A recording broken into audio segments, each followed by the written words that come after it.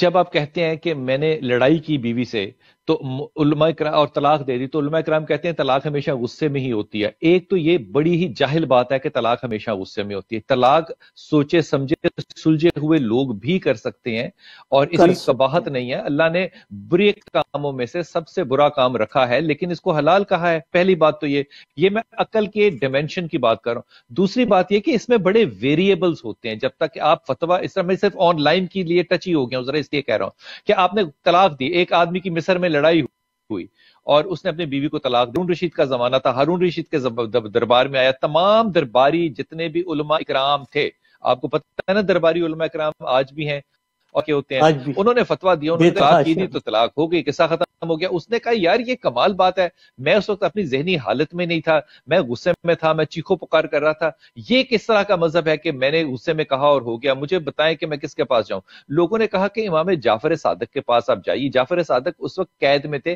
House arrest ہوئے تھے۔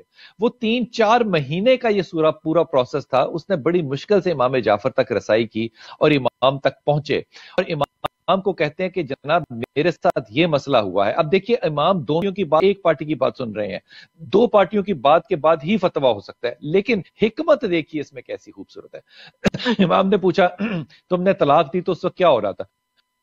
اس نے کہا ہم دونوں لڑ رہے، تیری حالت کیسی تھی؟ اس نے کہا مجھے اتنا غصہ آیا ہوا تھا کہ مجھے لگتا تھا کہ میرا سر جو ہے پھٹ جائے گا، اور میں نے جب اس کو طلاق دیا مجھے یاد بھی نہیں ہے کہ میں نے اس کو طلاق دی، میں نے طلاق دے دی۔ امام نے اس سے ایک جمام کہتے ہیں کہ مجھے یہ بتاؤ کہ کیا اللہ غصے کو حرام کہا ہے؟ اس نے سوچا، اس نے کہا ہاں اللہ نے غصے کو حرام کہا۔ امام کہتے ہیں کہ اچھا دوسری بات یہ بتاؤ کہ حلال کاموں میں سے چاہے سب سے کمزور ہو، کیا طلاق حلال ہے؟ ہاں طلاق حلال ہے۔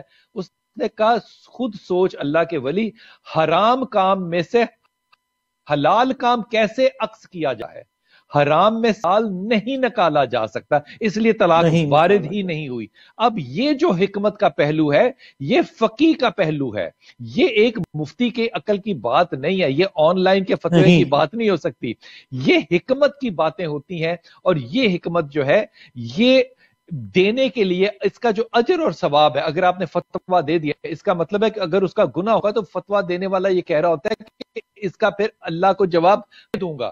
اتنا آسان ہو گیا اللہ کو جواب دینا یہ کہ اب ہم یہ کام اتنی طرح بکھیر دیں اور اپلیکیشنز لگا دیں، اور جس نے لینا ہے لے لیں۔ مجھے ایمانداری سے بتائیے کہ وہ جو اپلیکیشن سے میں ڈاؤن لوڈ کروں گا فتویٰ، اس کے اوپر مہر اور سٹیمپ کون سے مفتی کی ہوگی جس کو میں نے جواب دینا ہے؟ میں یہ اللہ کو یہ تو نہیں کہہ سکتا کہ اللہ یہ میں نے طلاق تو دی لیکن اینڈرائڈ جو ہے وہ 2006 کا اس کے لیے رسپانسبل ہے۔ خدا کا اس کے خوف لیے کرنا چاہیے رسپانسبل۔ ہمارے مذہبی طبقے کو بھی۔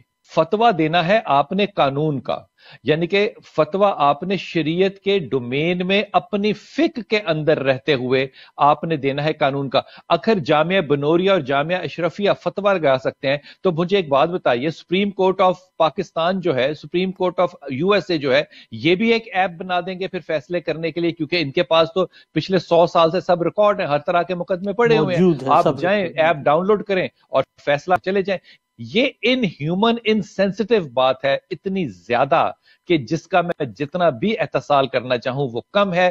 آپ کو ہیومن ریلیشن شپ میں خدا کو جواب دینا ہے 1 to 1 انڈیپینڈنٹلی، ہر فتویٰ ہر مسئلہ انڈیپینڈنٹ۔ دو شخص آ کے کہتے ہیں کہ جناب میں نے روزہ نہیں رکھا، اس کے اوپر کیا فتویٰ ہوگا؟ دونوں کا فتویٰ مختلف ہوگا، ان کے حالات دونوں کے مختلف ہوں گے، حالات دونوں کی مختلف کاز اینڈ افیکٹ ڈفرنٹ ہوں گی، دونوں کو سننے کے بعد فیصلہ کیا جائے گا کہ صورتحال ہوگی، معافی ہوگی، توبہ ہوگی، دم ہوگا، یا کیا ہوگا، یا 2 مہینے روزے رکھنے ہوں گے۔ جب تک آپ نے ساری چیزوں کو فزیکلی، اب آپ جھوٹ اور سچ کا فیصلہ جو ہے وہ کراس کوسچن سے کریں گے یا فل ان دا بلینکس کے ساتھ کریں گے؟ یہ اگر بالکل لوگوں نے ٹھیک کیا ہے۔ ہے تو میں ان کی بھی ہدایت کی دعا کرتا ہوں اور اپنی بھی ہدایت کی دعا کرتا ہوں۔